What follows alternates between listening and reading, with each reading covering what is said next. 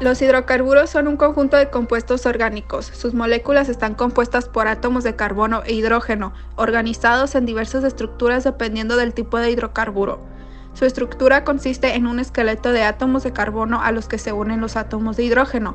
Se pueden diferenciar en dos tipos, que son alifáticos y aromáticos. Los alifáticos, a su vez, se pueden clasificar en alcanos, alquenos y alquinos, según los tipos de enlace que unen entre sí los átomos de carbono. El hidrógeno es un no metal con una configuración electrónica 1s1 con un electrón en su capa de valencia. Por otro lado, el carbono tiene su configuración electrónica de helio 2s2, 2p2 con 4 electrones en su capa de valencia. El agua también es una de las sustancias involucradas en la situación problema. Esta tiene un átomo de oxígeno ligado a dos de hidrógeno unidos por un enlace covalente. Como se mencionó anteriormente, el hidrógeno tiene una configuración electrónica 1s1 con un electrón en su capa de valencia, mientras que el oxígeno tiene una configuración electrónica de helio 2s2, 2p4 con 6 electrones en su capa de valencia. El agua tiene un pH neutro de 7, lo que significa que no es ácida ni básica. Es una molécula polar y presenta enlaces de tipos de puentes de hidrógeno al unirse con otras moléculas. Posee una geometría molecular angular y se encuentra en estado líquido a temperatura ambiente. Y hablando sobre solubilidad, las sustancias polares pueden disolverse en el agua. Y también tiene un punto de ebullición de 100 grados Celsius. Como se mencionó anteriormente, el petróleo está formado principalmente por alcanos, los cuales son hidrocarburos que solo contienen enlaces simples. Cuando los compuestos presentan la misma forma molecular y solamente difieren en el orden en el que se enlazan los átomos en la molécula, se les denomina isómeros constitucionales o estructurales.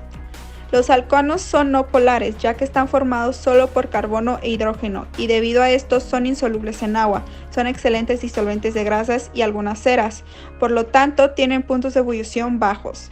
Uno de los alcanos presentes serían el metano, que es un gas a temperatura ambiente y está formado con un átomo de hidrógeno en cada vértice y el átomo de carbono en el centro. Butano, también es gaseoso formado por 4 átomos de carbono y 10 átomos de hidrógeno. Por último está el hexano, que está formado por 6 átomos de carbono y 14 átomos de hidrógeno. Los alquenos son hidrocarburos insaturados que tienen doble enlace carbono-carbono en su molécula. También llamados olefinas, son compuestos que pueden ser cadenas lineales, ramificados o compuestos cíclicos. Se puede decir que un alqueno es un alcano que ha perdido 2 átomos de hidrógeno, produciendo como resultado un enlace doble entre 2 carbonos. Se caracterizan por su alta viscosidad, generalmente son débiles polares, son insolubles en agua, pero solubles en éter, cloroformo o benceno. Son menos densos que el agua, presentan polaridad molecular debido al enlace doble. Su fórmula general es CnH2n.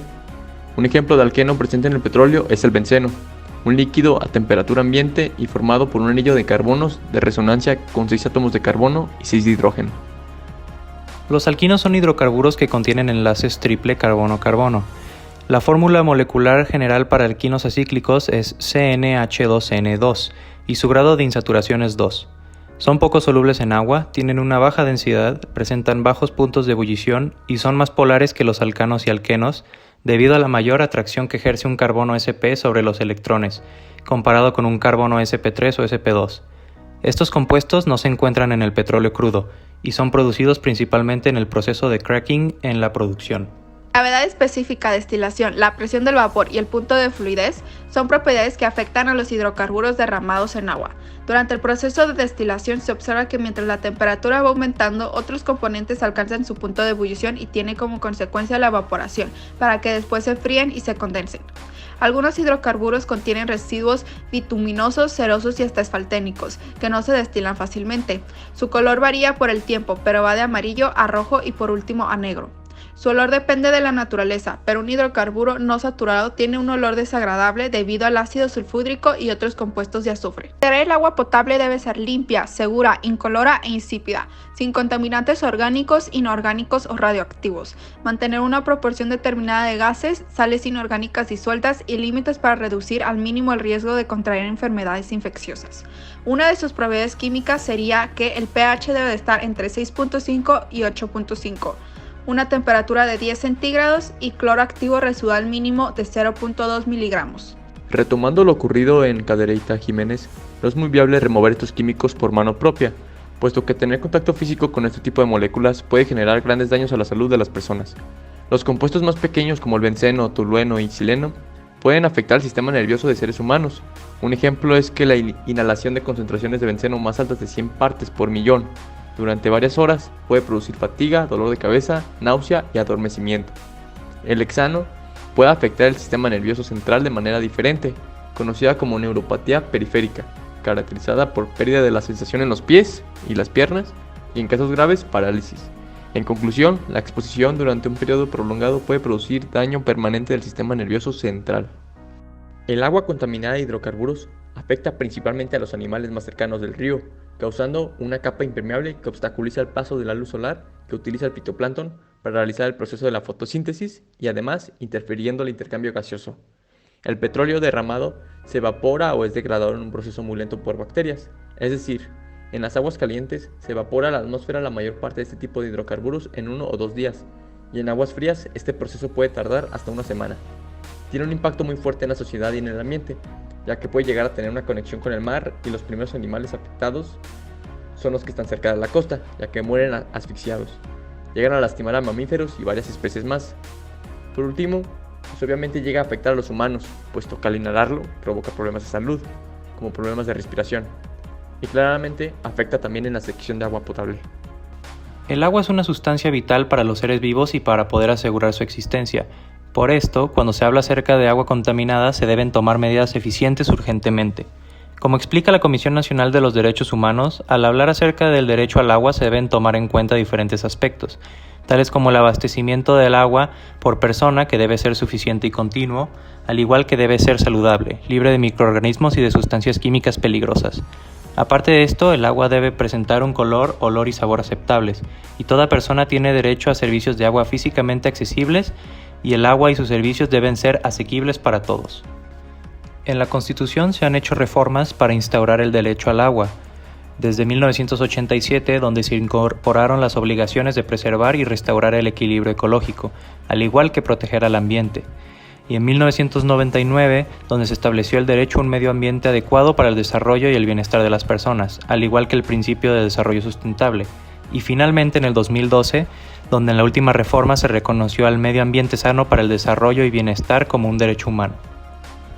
En base a lo visto en clase, para que los compuestos sean solubles el uno al otro, en este caso el agua y los hidrocarburos, deben ser similares en electronegatividad.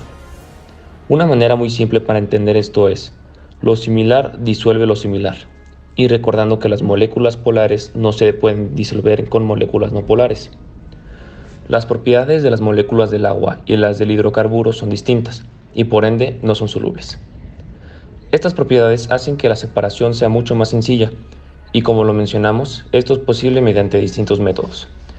Pero con membranas con nanoporos es mucho más sencillo y barato. Para dar solución a esta situación, nosotros queremos implementar el método más efectivo y barato que existe hasta el momento. Este consiste en incluir membranas que tienen una delgada capa de nanoporos y otra capa más gruesa, que detiene el paso al material no deseado, y a su vez, limpiándola de otros desechos en la mezcla. Esta técnica es 99.9% efectiva, y es lo suficientemente barata como para poder implementarla en la industria sin generar una inversión grande. Además de estos dos puntos, es muy segura para el uso diario y no requiere un proceso complicado. Además, es solo un poco elaborado. Este método consiste en agregar las membranas en la salida de los ductos o recipientes que contienen ambas sustancias, y los nanoporos dejarán pasar el agua por su densidad y poca viscosidad, mientras que el hidrocarburo se mantiene en la membrana, siendo más sencillo remover los residuos y los hidrocarburos. Al implementar las membranas en los ductos de los desechos de las fábricas, se puede evitar la contaminación accidental y podrá ayudar a las empresas a seguir con las reglas que las organizaciones de cuidado ambiental establecen. Además, se dejará de dañar al medio ambiente y con esto a las personas y animales que viven cerca de los ríos o áreas afectadas. A lo largo del reto nos dimos cuenta de las graves consecuencias que puede traer un derrame de petróleo. Al implementar este método, debido a su efectividad, podemos reducir el daño al ambiente. Yo creo que este método es el mejor debido a su efectividad y al bajo costo de producción. Además, para poder aplicarlo a gran escala es muy sencillo y no necesita gran procedimiento.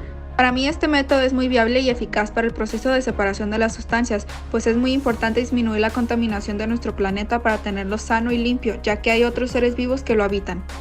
Todo esto nos lleva a reconocer la importancia del agua como recurso vital y la atención que las políticas gubernamentales deben prestarle.